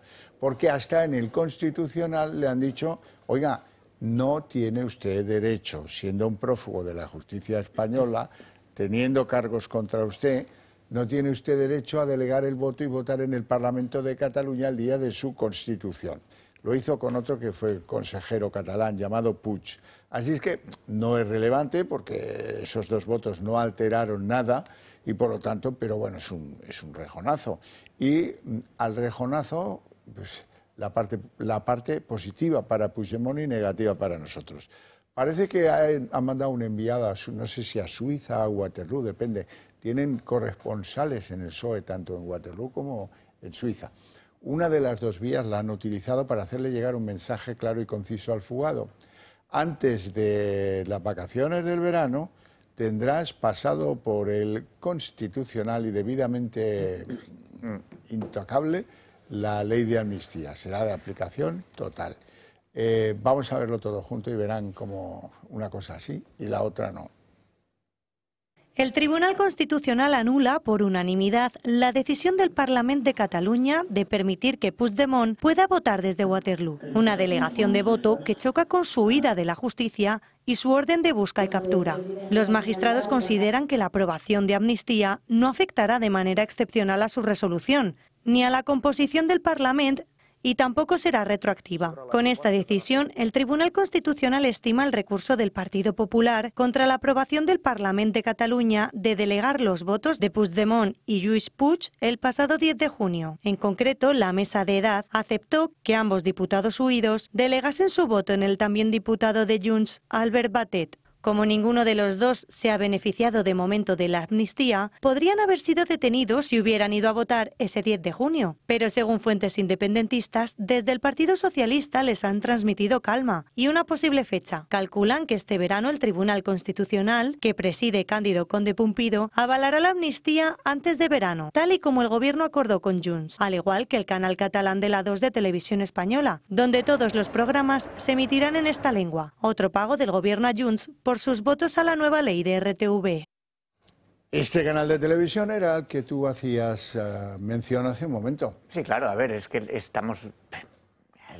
por ejemplo, la prostitución del Tribunal Constitucional tiene unos caracteres obscenos. Ya. O sea, la amnistía es uno de los actos de corrupción más grandes que hemos vivido en la historia de la democracia. Es decir, perdonar delitos como el golpismo y la malversación, delitos juzgados en el Tribunal Supremo a cambio de votos, de 7 en concreto, es algo que hubo manifestaciones, hubo muchos movimientos en contra, además de dejar vendida a esa parte de la sociedad catalana que ha estado siempre subyugada por el monstruo del nacionalismo, es decir, los que pelean por el 25% del castellano, a los que llaman charnegos, a los que sufren, incluso les pegan. He visto cómo agredían a 2 chicas en un stand de la selección por llevar la camiseta de la selección. Los que tienen todo ese calvario de ser españoles en Cataluña, ¿no? O no nacionalistas en Cataluña, o catalanes, simplemente, porque cuando hablan de los catalanes... O catalanes españoles, claro, no somos pocos. Pues dejarlos así tan vendidos por 7 votos es una muestra más de la desmedida ambición de poder que tiene Sánchez, que no tiene límites. O sea, por eso está tan en jaque la democracia como tal, porque Sánchez ha demostrado que es capaz de cualquier cosa. O sea, una vez que pactas con los asesinos de tus compañeros, o sea, una vez que pactas con ETA, te reúnes con Marchas Perúa, una vez que perdonas a Puigdemont, una vez que dices una cosa y la contraria, que te da igual la hemeroteca, que le hemos visto decir, no vamos a... es gente insolidaria, llegaron a decir que Junts era el Le Pen español, o sea, la ultraderecha, tal y cual, luego cambian el discurso, le da igual decir una cosa. ¿Y de Bildu, te acuerdas de aquella declaración de Sánchez que decía, lo he dicho ya 20 veces, ¿quiere que lo diga una vez más? Pero es un tío inmune a las hemerotecas porque tiene detrás todo ese conglomerado mediático y social que le apoya, que bueno, ahí resiste mientras puede. Sí, bueno, inmune sobre todo porque al contrario que el resto de personas que tenemos unos principios, que tenemos una moral, que damos un valor a nuestra palabra, Sánchez no se lo da. Él da valor al poder, él da valor a estar en la Moncloa, a viajar en el Falcon y por lo tanto cualquier cosa que sea necesario, con tal de seguir ahí, la supeditará. Y luego, ahora hablando de Puigdemont, ¿no? Ayer se produjo una imagen bastante deleznable también para la historia de este país, que fue como 2 de las personas que más mandan en España se reunieron para hablar de cómo hacer que le siga yendo mal a España, que son Otegi y Puigdemont, que se reunieron en la casa infame esa que tiene en Waterloo, prófugo de la justicia. Un terrorista no arrepentido, porque nunca ha condenado la violencia como tal. Ha hecho eufemismos y demás, pero no la ha condenado. Además es secuestrador, bueno, líder de la ETA en su momento. Y un prófugo de la justicia, un golpista, reuniéndose para hablar de cómo van a seguir troceando España con el beneplácito de Sánchez, del presidente del gobierno. Sí. Bueno, y lo que está que arde es la solución final para Prisa. Prisa acogotada por la deuda, en plena rota como un papel en 2 pedazos, una parte en el que manda O'Gurlian y otra de los que expulsa fuera Contreras, que este es el hombre clave de Sánchez y el hombre que le ha prometido que es necesaria una televisión que cante tus bondades, querido Pedro, la Telepedro. Y eso es lo que está causando una ruptura dentro de Prisa como no se había conocido nunca. Hasta Vivendi, que tiene una participación relevante en Prisa, ha mandado gente a Madrid a ver qué pasa, por qué esta ruptura y por qué la televisión que se quiere dar por parte del gobierno a Prisa tiene tan enfadados a los de Amber, a los de O'Gurlian. Pero bueno, esto es verdaderamente divertido. ¿Para qué necesita Sánchez una tele más? Y tiene 7, 8, 10. Bueno, pues sí, porque los que él escucha le dicen, no, Pedro, esta va a ser distinta, esto va a ser un cañón, verás. Y con un propósito, que es el de siempre, forrarse con el Consejo y tirar para adelante. Se pregunta usted que por qué lo necesita y la respuesta es que lo necesita su ego. Yo espero que por la salud mental de quien nos está viendo en casa, que nadie haya visto la totalidad del debate de hoy. Pero los que lo hemos tenido que hacer por trabajo, les diré que el ego de Sánchez es inaudito, no tiene fin. Y por ejemplo, en el debate de hoy, todo el mundo tiene sus tiempos acotados, menos Sánchez, que habla durante horas y horas y horas con el único objetivo de escucharse a sí mismo. Para no decir nada. Y esa es la misma razón por la cual necesita una nueva televisión. Bueno, porque por parte de Sánchez sí, pero lo otro tiene que ver con poner el cazo, que también es importante, no digo que no. No tenemos tiempo para más, lo dejamos aquí con mi agradecimiento para estos dos caballeros por sus opiniones, por su presencia en el programa y por tantas las cosas. Y a ustedes por su paciencia e interés, pero para ustedes, a la vuelta de publicidad, el día en 30 minutos.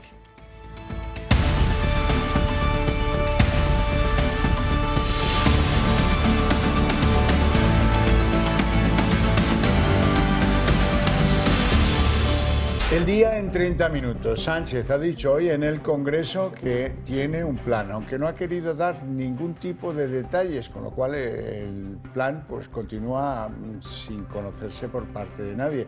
Dice Sánchez que el plan consiste en que él va a permitir ese aumento de los gastos de defensa sin rebajar ni un euro los gastos sociales. Sus socios de coalición ponen en duda que esto vaya a ser así, no le creen.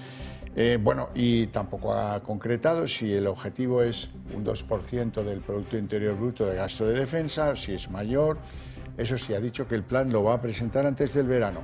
En plena soledad, Sánchez no puede siquiera compararse, por ejemplo, con Francia, donde los ciudadanos conocen ya perfectamente los detalles de cómo van a financiarse los planes del rearme europeo. Sí, Sánchez intenta ganar tiempo ante el no de sus socios al mayor gasto en defensa y a los presupuestos que ha quedado hoy patente en el Congreso. Bildu y el BNG se oponen frontalmente a que se gaste más dinero en defensa, mientras que Sumar y Esquerra exigen incluso salirse de la OTAN a Pedro Sánchez. El Partido Socialista se queda en manos del Partido Popular, que le pone precio a este apoyo. Lo van a escuchar. Sánchez reaparece en el Congreso para defender el aumento del gasto en defensa. Nosotros vamos a cumplir nuestros compromisos con la Unión Europea. Vamos a aumentar la inversión en seguridad y en defensa. El presidente no da más detalles, aunque asegura que el gasto social no se verá afectado, algo de lo que duda Yone Belarra. Si usted dice la verdad, y yo creo que no dice la verdad, y para hacer ese aumento del gasto militar no hacen falta recortes en los servicios públicos, ¿por qué no traen los presupuestos generales del Estado a esta Cámara? Un aumento del gasto que rechaza rotundamente Sumar y que hace más que evidente la fractura entre los dos socios de gobierno. Una seguridad exclusivamente militarizada no solo resulta ineficaz, sino que erosiona las bases democráticas del proyecto europeo. Es evidente que los aliados parlamentarios del presidente no suscriben el rumbo que está marcando Bruselas e incluso han cargado como nunca antes contra la OTAN. Dejemos de empeñarnos en una organización que ya es un zombi y pongamos las bases de un futuro seguro para nuestro continente. La OTAN es la responsable directa o indirectamente de casi todas las guerras, de casi todos los golpes de Estado en el mundo. Sánchez se empeña en defender su compromiso con Europa, pero en el Congreso no da cifras ni de cuánto ni de cómo se financiará este aumento. Y a la falta de concreción sobre defensa se ha sumado el debate sobre los presupuestos. Sánchez ya asume la falta de apoyos y resta importancia a la prórroga de las cuentas. Si nos da tiempo a sacar unos mejores presupuestos este año, lo haremos. Si no, pues nos pondremos a negociar los del año 2026. Pero sus socios insisten, la obligación del presidente es presentar las cuentas. Normalidad democrática. Aunque los palme, debería presentarlos. El líder del PP, Alberto Núñez Feijóo, hoy le ha dicho 4 cosas a Sánchez, que no espere, por ejemplo, un apoyo automático del PP a su partido en materia del aumento de gastos de defensa.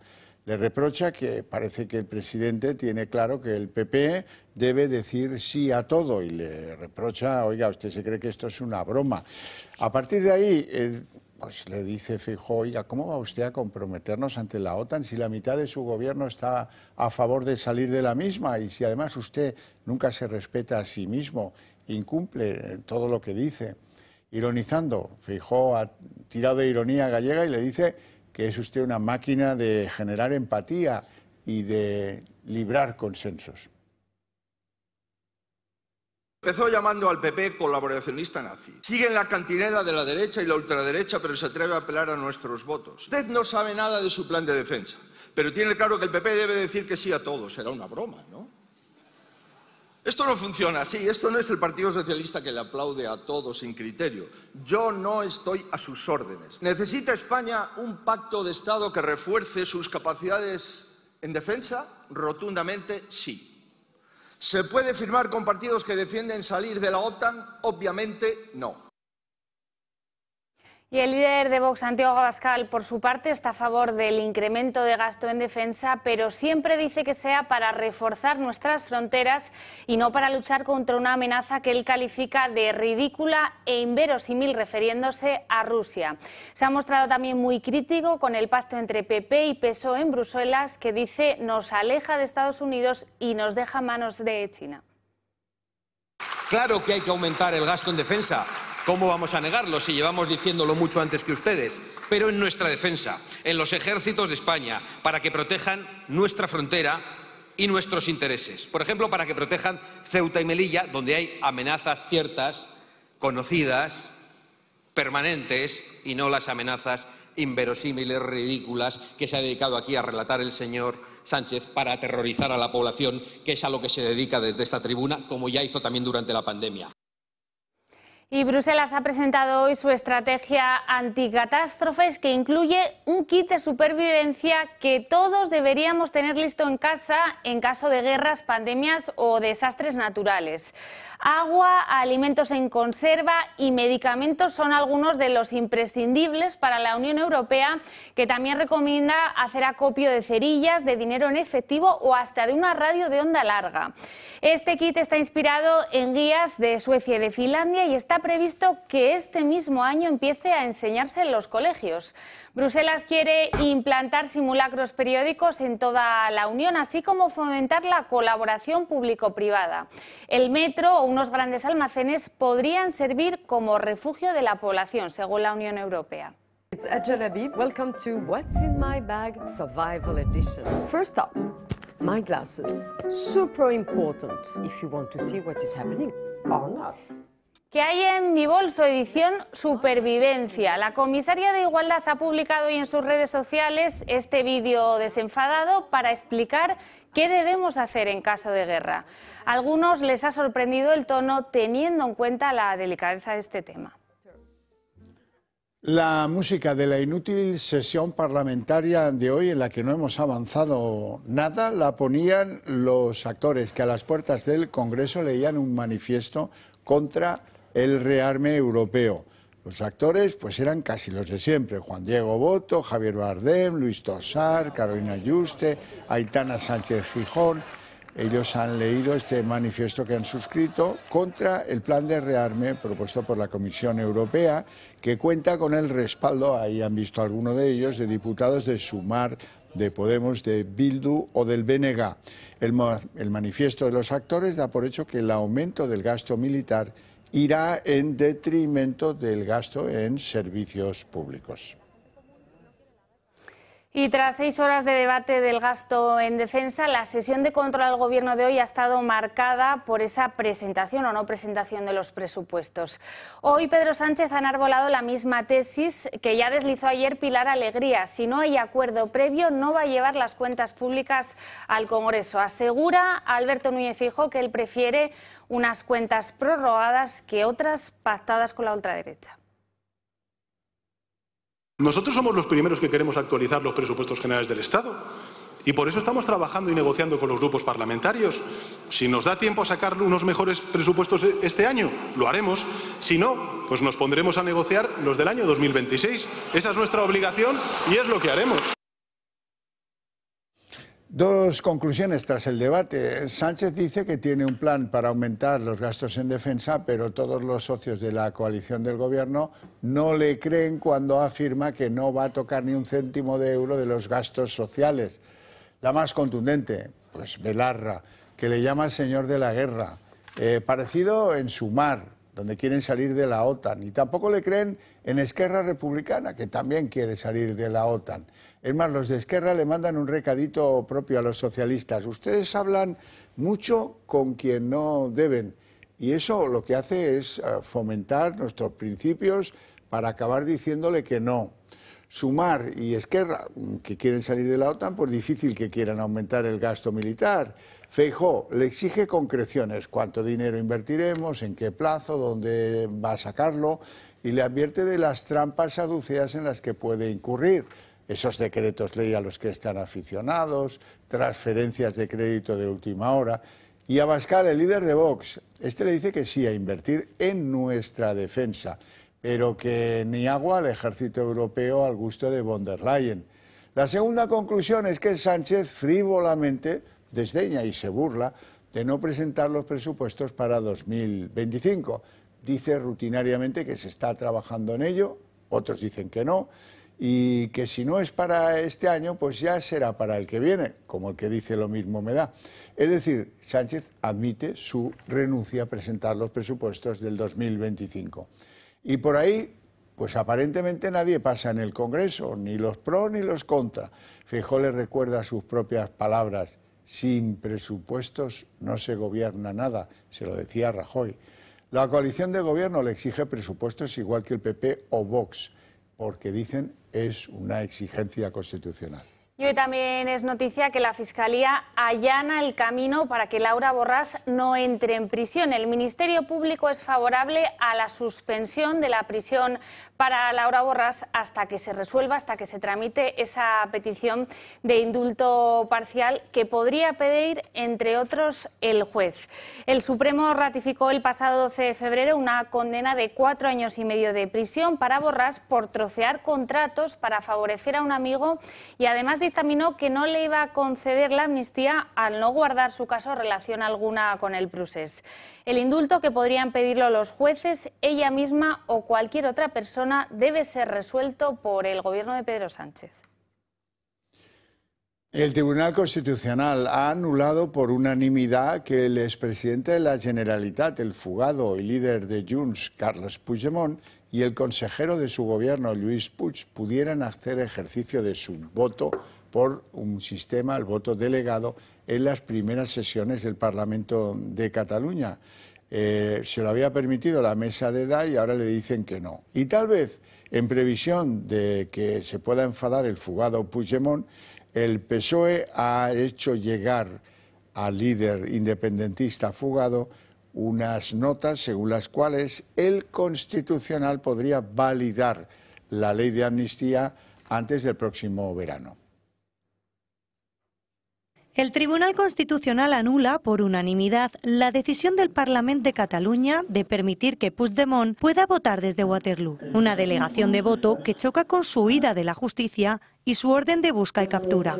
Los magistrados consideran que la aprobación de amnistía no afectará de manera excepcional a su resolución, ni a la composición del Parlament, y tampoco será retroactiva. Con esta decisión, el Tribunal Constitucional estima el recurso del Partido Popular contra la aprobación del Parlament de Cataluña de delegar los votos de Puigdemont y Lluís Puig el pasado 10 de junio. En concreto, la mesa de edad aceptó que ambos diputados huidos delegasen su voto en el también diputado de Junts, Albert Batet. Como ninguno de los dos se ha beneficiado de momento de la amnistía, podrían haber sido detenidos si hubieran ido a votar ese 10 de junio. Pero según fuentes independentistas, desde el Partido Socialista les han transmitido calma y una posible fecha. Calculan que antes de verano el Tribunal Constitucional que preside Cándido Conde Pumpido avalará la amnistía, tal y como el Gobierno acordó con Junts, al igual que el canal catalán de la 2 de Televisión Española, donde todos los programas se emitirán en esta lengua. Otro pago del Gobierno a Junts por sus votos a la nueva ley de RTV.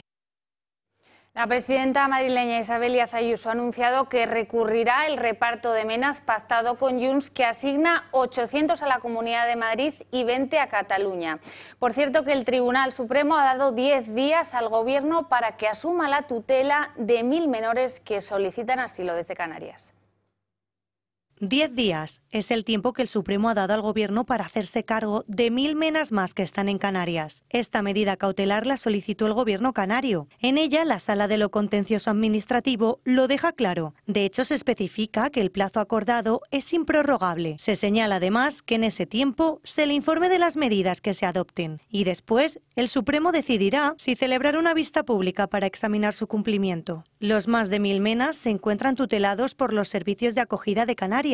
Según el escrito presentado por el Gobierno de Canarias, 546 solicitaron asilo entre enero del 2023 y noviembre del 24. Se suman los 325 que ya lo habían solicitado y otros 350 que no habían sido atendidos en ese momento. En total, al menos 1.221 menas que, según el alto tribunal, deberían ser atendidos por el Gobierno central. Tras el pacto firmado entre Pedro Sánchez y Junts, en el que se acordó que la Comunidad de Madrid recibirá 800 menores migrantes de Canarias y Cataluña se hará cargo de 20 o 30, Isabel Díaz Ayuso ha anunciado que recurrirá ante el Tribunal Institucional el decreto que modifica la ley de extranjería y el reparto de menores. La presidenta de la comunidad insiste en que su gobierno cumple la ley y no cooperará con el que llama caos migratorio del gobierno. El grupo francés de comunicación Vivendi se ha convertido en la pieza angular del conflicto que se vive puertas adentro del grupo Prisa. El grupo francés tiene un 12% del capital de Prisa y han enviado unos emisarios a Madrid para ver qué opción toman dentro del enfrentamiento que viven en Prisa los accionistas afines a la Moncloa contra el accionista de referencia y hoy presidente Josep Ourlian. Intentan convencer a Vivendi, a ambas las dos partes, para que apoye ese proyecto en Prisa de la televisión Telepedro, que parece ser la gran diferencia entre Ourlian y el líder de esa tesis, que es José Miguel Contreras, viejo fontanero de Moncloa de la era Zapatero. Ese es el verdadero motivo de la ruptura entre los socios de Prisa. Y en la página internacional, el vicepresidente de Estados Unidos, J.D. Vance, ha decidido apuntarse a última hora al viaje a Groenlandia que este mismo viernes va a encabezar su esposa. Su participación redobla la presión sobre las autoridades danesas y groenlandesas, que se han mostrado muy críticas ante lo que dicen es una injerencia que viola su democracia y además una falta de respeto y de educación. Hoy mismo Donald Trump ha querido echar más leña al fuego y ha asegurado que Groenlandia va a ser suya, les guste o no. Hola chicos, soy J.D. Vance, el vicepresidente, y mirad, hay tanta emoción por la visita de USA a Groenlandia este viernes que he decidido que no quiero que ella se lleve toda la diversión. Así que voy a ir con ella. Voy a visitar a algunos de nuestros guardianes de la Fuerza Espacial en la costa noroeste y también comprobar lo que está ocurriendo con la seguridad de Groenlandia. Y el presidente ucraniano Zelensky denunciaba hoy que 117 drones de ataque de Rusia han caído sobre suelo ucraniano. De ellos, unos 75 han sido interceptados por medidas antidrones. El resto han caído en diferentes objetivos, la mayor parte de ellos edificios donde viven civiles, especialmente en la zona de Mykolaiv, que es una de las más castigadas y uno de los principales puertos ucranianos en el Mar Negro, donde ayer se firmó algo que está en cuestión, la seguridad de la navegación precisamente en el Mar Negro. Así es que pequeños avances y grandes retrocesos. Bueno, y en el panorama de la sociedad española ha habido un asunto que hay que agradecer el esfuerzo de la Policía, Guardia Civil, Mossos d'Esquadra, Policía Francesa incluso, porque han hecho algo muy difícil. Hilar 3 diferentes asesinatos de personas del campo, de agricultores, en 2 pueblos de Navarra y en un pueblo de Lérida, en Cataluña, pues hilar uno y otro con pruebas de ADN, etcétera, etcétera, como para emitir una búsqueda del autor que asesinó a estos 3 campesinos con enorme violencia. Y ese trabajo de policía al que hacía yo antes referencia ha permitido el arresto de Ayal El Mourabit, de origen marroquí, nacionalizado español, que ya fue condenado en la Audiencia Nacional por yihadismo y que ha sido localizado y detenido en Béziers, a 300 kilómetros de la frontera española, en el interior de Francia. 2 policías franceses han resultado heridos en la detención y ha sido gracias a esas pistolas Taser que se ha podido conseguir. Suponemos que España va a pedir cuanto antes la extradición para ser juzgado aquí por esos 3 asesinatos. Bueno, y milagros de la cirugía en China, aunque sea en China, pero hay que contarlo. Hay que contarlo porque es todo un hito para la medicina que, por cierto, va a hacer que se pueda ampliar la reserva de órganos disponibles. Este trasplante que se ha producido de un hígado de un cerdo a un paciente en muerte cerebral se llevó a cabo en 2024 y fue posible gracias a la modificación de 6 genes del órgano animal, que estuvo, atención, 10 días en el cuerpo de este hombre. Este logro, y esto es lo más curioso de todo, Xavier, forma parte de una investigación murciana de hace 25 años que logró el trasplante, en este caso, a un babuino, a un mono que venía de Kenia y que ya fue el primero en no mostrar rechazo a este órgano de origen animal. Todo un hito que va a dar mucho que hablar, desde luego. Murcia siempre por delante, es lo que tiene. No tenemos tiempo para más, lo dejamos aquí. Les deseamos una feliz noche a todos, especialmente a los que continúen con la señal del Toro Televisión. Y les dejamos con En Dos Continentes, como cada noche, hasta mañana.